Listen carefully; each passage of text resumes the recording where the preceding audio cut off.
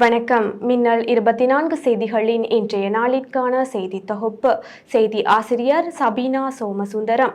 செய்திகளோடு இணைந்திருக்கும் நான் ஜீவராஜ். முதலில் தலைப்புச் செய்திகள். நாடாளுமன்ற உறுப்பினராக முஜிபுர் ரஹ்மான் பதவி பிரமாணம் செய்து கொண்டார். நாட்டின் நலனுக்காக எந்த ஒரு தரப்பினருடனும் இணையவும் பிரிந்து செல்லவும் தயாராக இருப்பதாக பசில் ராஜபக்ச தெரிவித்துள்ளார். இந்த வருடத்தில் மதுசார பாவனையில் வீழ்ச்சி. வீட்டில் கஞ்சா செடியை வளர்த்த நபர் ஒருவர் கைது. நாட்டின் பெரும்பாலான பகுதிகளில் இன்றிரவு கடுமையான இடி மின்னலுடனான வானிலை நிலவும். தொடர்வது விரிவான செய்திகள். ஐக்கிய மக்கள் சக்தியின் தேசிய பட்டியலில் நாடாளுமன்ற உறுப்பினராக முஜிபுர் ரஹ்மான் இன்று வெள்ளிக்கிழமை பதவி பிரமாணம் செய்து கொண்டார். இன்று காலை 9:30 மணியளவில் நாடாளுமன்றம் கூடியதைத் தொடர்ந்து சபாநாயகர் மஹிந்த யாப்பி அபேவர்த்தன முன்னிலையில் அவர் பதவி பிரமாணம் செய்து கொண்டார். முன்னாள் இராஜாங்க அமைச்சர் டயனா கமகே நாடாளுமன்ற உறுப்பினர் பதவியிலிருந்து தகுதி நீக்கம் செய்யப்பட்டதைத் தொடர்ந்து ஏற்பட்ட வெற்றிடத்திற்கே முன்னாள் நாடாளுமன்ற உறுப்பினர் முஜிபுர் ரஹ்மான் நியமிக்கப்பட்டுள்ளார். நாட்டின் நலனுக்காக எதிர்வரும் தேர்தலில் ஸ்ரீலங்கா பொதுஜன பெரமுன எந்த ஒரு தரப்பினருடனும் இணையவும் பிரிந்து செல்லவும் தயாராக இருப்பதாக அதன் ஸ்தாபகர் பசில் ராஜபக்ச தெரிவித்துள்ளார். பத்தரமுல்லையில் கட்சியின் தேர்தல் அலுவலகத்தை இன்று வெள்ளிக்கிழமை திறந்து வைத்ததன் பின்னர் அவர் இதனை குறிப்பிட்டுள்ளார். இதேவேளை பசில் ராஜபக்சவுக்கும் ஜனாதிபதி ரணில் விக்ரமசிங்கவுக்கும் இடையில் நேற்று மீண்டும் சந்திப்பொன்று இடம்பெற்றுள்ளது.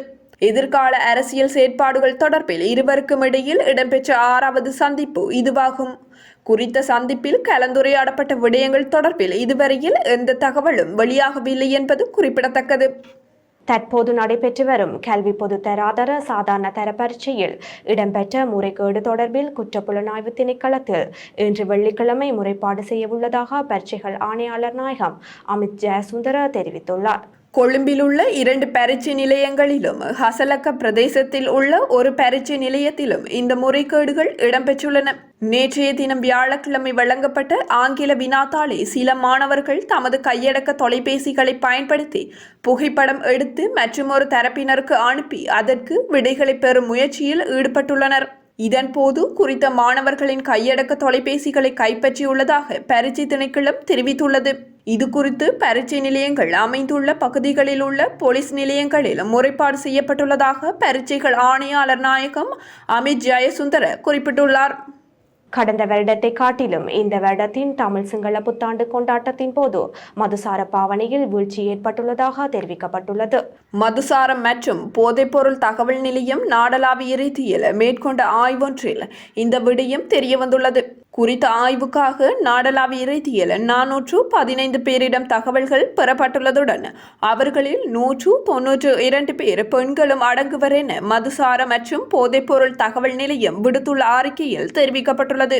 யாழ்ப்பாணம் தாவடி பகுதியில் பத்திரகாளி கோவில் அருகாமையில் உள்ள வீட்டில் கஞ்சா செடியை வளர்த்த நபர் ஒருவர் இன்றைய தினம் வெள்ளிக்கிழமை கைது செய்யப்பட்டுள்ளார். போலீசாருக்கு கிடைத்த ரகசிய தகவலுக்கு அமைய குறித்த நபர் கைது செய்யப்பட்டுள்ளார். 8 அடி 700 சென்டிமீட்டர் நீளமான கஞ்சா செடியினை வளர்த்த 46 வயதான வீட்டின் உரிமையாளரை இவ்வாறு கைது செய்யப்பட்டுள்ளார். கைது செய்யப்பட்ட சந்தேக நபரை யாழ்ப்பாணம் போலீஸ் நிலையத்தில் தடுத்து வைத்து போலீசார் விசாரணைக்கு உட்படுத்தியுள்ளனர். மட்டக்களப்பில் இன்று வெள்ளிக்கிழமை அட்சய திதியை முன்னிட்டு நகை விற்பனை நிலையங்கள் களை கட்டியுள்ளது. அக்ஷய திருதியை நாளில் தங்கம் வாங்கினால் வீட்டில் செல்வம் பெருகும் என்பது ஐதீகம். இதனை முன்னிட்டு ஒவ்வொரு வருடமும் அக்ஷய திருதியை அன்று மக்கள் தங்கம் கொள்வனவு செய்வதில் அதிகம் ஆர்வம் காட்டி வருகின்றனர்.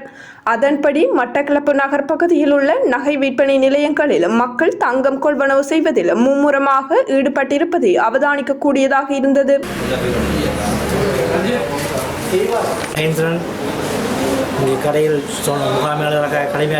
பதுளை மகியங்கனை பிரதான வீதியின் புவகொடமுள்ள கைலாகொட பகுதியில் இன்று வெள்ளிக்கிழமை பேருந்து முச்சக்கர வண்டியும் மோதி விபத்துக்குள்ளானதில் ஒருவர் உயிரிழந்துள்ளதுடன் 4 படுகாயமடைந்துள்ளதாக போலீசார் தெரிவித்தனர். சம்பவத்தில் 79 வயதுடைய நபரை இவ்வாறு உயிரிழந்துள்ளார். பதுளையிலிருந்து மகியங்கனை நோக்கி பயணித்த முச்சக்கர வண்டி வீதியின் குறுக்கே பாய்ந்து நாயொன்றை பாதுகாக்க முற்பட்ட போது சரிபுரவில் இருந்து பதுளை நோக்கி பயணித்த பேருந்துடன் நேருக்கு நேர் மோதி விபத்துக்குள்ளாகியுள்ளது. விபத்தின் போது முச்சக்கர வண்டியின் சாரதியுடன் 5 பேர் பயணித்துள்ளதாகவும் அவர்களில் 2 பெண்கள் எனவும் போலீசார் தெரிவித்தனர். சம்பவம் தொடர்பான மேலதிக விசாரணைகளை பதுளை தலைமையக போலீஸ் போக்குவரத்து பிரிவினர் மேற்கொள்ளவுள்ளதாக போலீசார் மேலும் தெரிவித்தனர். மன்னார் நகர சபை தொடர்ச்சியாக வருமானத்தை மட்டும் மையமாக கொண்டு இயங்குவதுடன் நகரத்தை சுத்தப்படுத்துவது, நகரத்தின் உட்கட்டமைப்பு வசதிகளை மேம்படுத்துதல் தொடர்பிலோ அல்லது நகர சபைக்கு உட்பட்ட பின் தங்கிய கிராமங்களுக்கு வீதிகளை அமைப்பதிலோ அக்கறை செலுத்துவதில்லை என நகர சபையின் அண்மை கால செயற்பாடுகளில் தெரிய வந்துள்ளதாக பொதுமக்கள் விசனம் தெரிவித்து வருகின்றனர். இது தொடர்பில் கவனம் செலுத்த வேண்டிய உள்ளூராட்சி ஆணையாளர் இது தொடர்பில் அக்கறை செலுத்துவதாக தெரியவில்லை. எனவே மன்னார் நகர சபை மக்களிடம் இருந்து வரிகளை பெறுவதிலும் கடை தொகுதிகள் கட்டி விற்பனை செய்யும் செயற்பாட்டிலும் காட்டும் ஆர்வத்தை மக்களின் உட்கட்டமைப்பு வசதிகளை உயர்த்துவது தொடர்பாக காட்ட வேண்டும் என்றும், அவ்வாறு இல்லாவிட்டால் மக்களை திரட்டி மன்னார் நகர சபையை முற்றுகையிட வேண்டிய நிலை ஏற்படும் எனவும் பொதுமக்கள் தெரிவித்துள்ளனர். நாட்டில் இன்று வெள்ளிக்கிழமை அமெரிக்க டாலர் ஒன்றின் கொள்முதல் பெறுமதி $293.72 பதிவாகியுள்ளது. இலங்கை மத்திய வங்கி இன்று வெளியிட்டுள்ள நாணய மாற்று விகித அறிக்கையில் இந்த விடயம் தெரிவிக்கப்பட்டுள்ளது. அத்துடன் அமெரிக்க டாலர் ஒன்றின் விற்பனை பெறுமதி $303.38 பதிவாகியுள்ளது. நாட்டின் பெரும்பாலான பகுதிகளில் இன்றிரவு கடுமையான இடி மின்னலுடனான வானிலை நிலவக்கூடும் என வளிமண்டலவியல் திணைக்களம் எதிர்வு கூறியுள்ளது. மேல் சப்ரகமுவ, தென் கிழக்கு ஊவா மற்றும் வடமத்திய மாகாணங்களுக்கும், மாத்தளை, முல்லைத்தீவு மற்றும் குருநாகல் மாவட்டங்களுக்கும் மின்னல் தாக்கம் குறித்து சிவப்பு எச்சரிக்கை விடுக்கப்பட்டுள்ளது. மின்னல் தாக்கங்களினால் ஏற்படும் பாதிப்புகளை தவிர்த்து கொள்ள முன்னெச்சரிக்கையாக செயல்படுமாறு வளிமண்டலவியல் திணைக்களம் பொதுமக்களை அறிவுறுத்தியுள்ளது. இறக்குமதி செய்யப்பட்டு வரும் பெரிய வெங்காயத்தின் விலை தற்போது குறைவடைந்துள்ளதாக விற்பனையாளர்கள் மற்றும் நுகர்வோர் தெரிவித்துள்ளனர். பெரிய வெங்காய ஏற்றுமதிக்கு இந்தியா தடை விதித்தமையினால் தொடர்ந்தும் நாட்டில் பெரிய வெங்காயத்தின் விலை 700 முதல் 800 ரூபாவாக பதிவாகியிருந்தது. இதனைத் தொடர்ந்து குறித்த தடையை இந்தியா நீக்கியதன் பின்னர் பெரிய வெங்காயத்துக்கான விலை குறைக்கப்பட்டிருந்தது. தற்போது பெரிய வெங்காயம் கிலோ ஒன்று 200 முதல் 210 ரூபாய் வரையில் விற்பனை செய்யப்பட்டு வருவதாக விற்பனையாளர்கள் மற்றும் நுகர்வோர் தெரிவித்துள்ளனர். தொடர்வது வெளிநாட்டு செய்திகள். தமிழ்நாடு சிவகாசி அருகே பட்டாசு ஆலையில் நேற்று வெள்ளிக்கிழமை இடம்பெற்ற பயங்கர வெடி விபத்தில் 6 பெண்கள் உட்பட 10 தொழிலாளர்கள் உயிரிழந்துள்ளனர். மேலும் இவ்விபத்து காரணமாக காயமடைந்த 14 பேர் சிவகாசி அரசு மருத்துவமனையில் சிகிச்சை பெற்று வருகின்றனர். செங்கமலப்பட்டி அருகே உள்ள பட்டாசு ஆலையில் உள்ள 20க்கும் மேற்பட்ட அறைகளில் 80க்கும் மேற்பட்ட தொழிலாளர்கள் பணியாற்றி வருகின்றனர். இந்த ஆலையில் நேற்று பிற்பகல் 2 மணியளவில் உராய்வு காரணமாக திடீர் வெடி விபத்து இடம்பெற்றுள்ளது. இதில் 7 அறைகள் தரைமட்டமாகின. மேலும் 7 அறைகள் சேதமடைந்துள்ளன. தகவல் அறிந்து வந்த சிவகாசி தீயணைப்பு துறையினர் தீயை அணைத்து மீட்பு பணியில் ஈடுபட்டனர். விபத்தில் 6 பெண்கள் உட்பட 10 பேர் உயிரிழந்தனர். காயமடைந்த 14 பேர் மீட்கப்பட்டு சிவகாசி அரசு மருத்துவமனையில் அனுமதிக்கப்பட்டுள்ளனர். விதிகளை மீறி ஒப்பந்ததாரர் மூலம் குறித்த பட்டாசு ஆலை செயல்பட்டுள்ளமை முதற்கட்ட விசாரணையில் தெரிய வந்துள்ளது. வெடி விபத்து தொடர்பாக ஆலை உரிமையாளர் சரவணன் மற்றும் மேலாளர் உள்ளிட்ட 3 பேரை கைது செய்ய 3 தனிப்படைகள் அமைக்கப்பட்டுள்ளதாக தெரிவிக்கப்பட்டுள்ளது. கிழக்கு தாய்லாந்தின் ராயோங் பகுதியில் எரிவாயு சேமிப்பு தொட்டி வெடித்ததில் ஒருவர் உயிரிழந்துள்ளதாக அந்நாட்டு செய்திகள் தெரிவிக்கின்றன. மேலும் 200 பேர் அங்கிருந்து பாதுகாப்பாக வெளியேற்றப்பட்டுள்ளனர். ரயோங் மாகாணத்தில் உள்ள மப்டாப்ஹட் தொழில்துறை துறைமுகத்தில் எரிவாயு சேமிப்பு தொட்டியில் குறித்த தீ விபத்து உள்ளூர் நேரப்படி வியாழக்கிழமை காலை 10:35 மணியளவில் இடம்பெற்றது என்று அதிகாரிகள் தெரிவித்தனர். குறித்த தீ விபத்தில் 4 பேர் காயமடைந்தனர். ஒருவர் வைத்தியசாலையில் அனுமதிக்கப்பட்ட பின்னர் சிகிச்சை பலனின்றி உயிரிழந்துள்ளார் என்று தாய்லாந்தின் தொழிற்பேட்டை ஆணையகம் ஒன்றின் அறிக்கையில் தெரிவித்துள்ளது.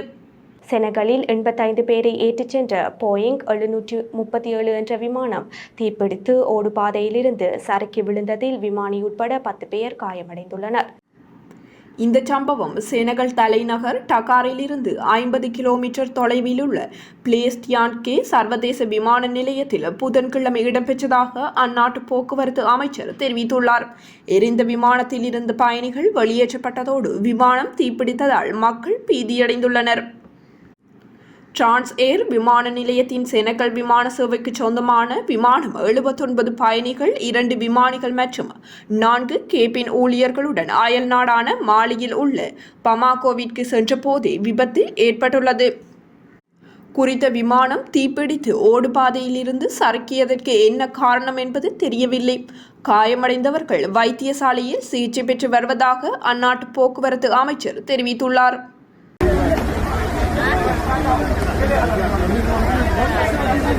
தொடர்வது விளையாட்டு செய்திகள். தாய்லாந்தில் இந்த மாத இறுதியில் நடைபெறவுள்ள ஆசிய மெய் வல்லுநர் தொடரோட்ட போட்டியில் இலங்கையின் ஆண்கள் மற்றும் பெண்கள் தொடரோட்ட அணிகள் 4 தர 100 மீட்டர் மற்றும் 4 தர 400 மீட்டர் போட்டிகளில் பங்கு பெற உள்ளன. இதேவேளை பெண்களுக்கான 4 தர 100 தொடர் ஓட்ட போட்டியில் பங்கு பெற்றவிருந்த அமாஷா டி சில்வா உபாதைகளுக்கு உள்ளாகி இருப்பதால் அவருக்கு பதிலாக மேதானி ஜெயன்மான இணைத்துக் கொள்ளப்பட்டுள்ளார். அத்துடன் 4 தர 400 மீட்டர் தொடர் ஓட்ட அணியில் இடம்பெற்ற முக்கிய வீரர்களில் ஒருவரான ரஜித் ராஜகருண தனிப்பட்ட காரணங்களுக்காக அணியிலிருந்து விலக்கிக் கொண்டுள்ளதாக அறிவிக்கப்பட்டுள்ளது. அவருக்கு பதிலாக பசிந்து கொடிக்கார இலங்கை குழுவில் இணைத்துக் கொள்ளப்பட்டுள்ளார். இது இவ்வாறு இருக்க, ஒலிம்பிக் விளையாட்டு விழாவில் 24 வருடங்களுக்கு பின்னர் முதல் தடவையாக இலங்கை அணி பங்கு பெற்றக்கூடியதாக இருக்கும் என ஸ்ரீலங்கா அத்லெட்டிக் வட்டாரங்கள் நம்புவதாக தெரிவிக்கப்பட்டுள்ளது. சவுதி அரேபியாவில் 2027ஆம் ஆண்டு நடைபெறவுள்ள ஆசிய கிண்ண கால்பந்தாட்டத்திற்கான பிளே ஆஃப் சுற்றில் கம்போடியா இலங்கையை எதிர்த்தாடவுள்ளது. பிளே ஆஃப் சுற்றுக்கான உத்தியோகபூர்வ குழுக்கள் மலேசியாவின் தலைநகர் கோலாலம்பூரில் அமைந்துள்ள ஆசிய கால்பந்தாட்ட கூட்டு சம்மேளன தலைமையகத்தில் நேற்று பகல் நடைபெற்றது. 3 பிளே ஆஃப் போட்டிகளில் இலங்கை உட்பட 6 அணிகள் விளையாடவுள்ளன. ஒரு பிளே ஆஃப் போட்டியில் இலங்கை அணியும் கம்போடியாவும் விளையாடவுள்ளன. மற்ற 2 போட்டிகளில் திமோர் லெஸ்டேயை மொங்கோலியாவும் ப்ரூனி தாருசுலாமை மெக்கோவும் எதிர்த்தாடவுள்ளன. இத்துடன் இன்றைய நாளிற்கான எமது செய்தி தொகுப்பு நிறைவடைகிறது. வார நாட்களில் மாலை 6 மணிக்கு எமது செய்திகளை எதிர்பாருங்கள். மேலதிக செய்திகளை பார்வையிட www.minal24.com என்ற எமது இணையதளத்திற்குள் பிரவேசியுங்கள். நன்றி.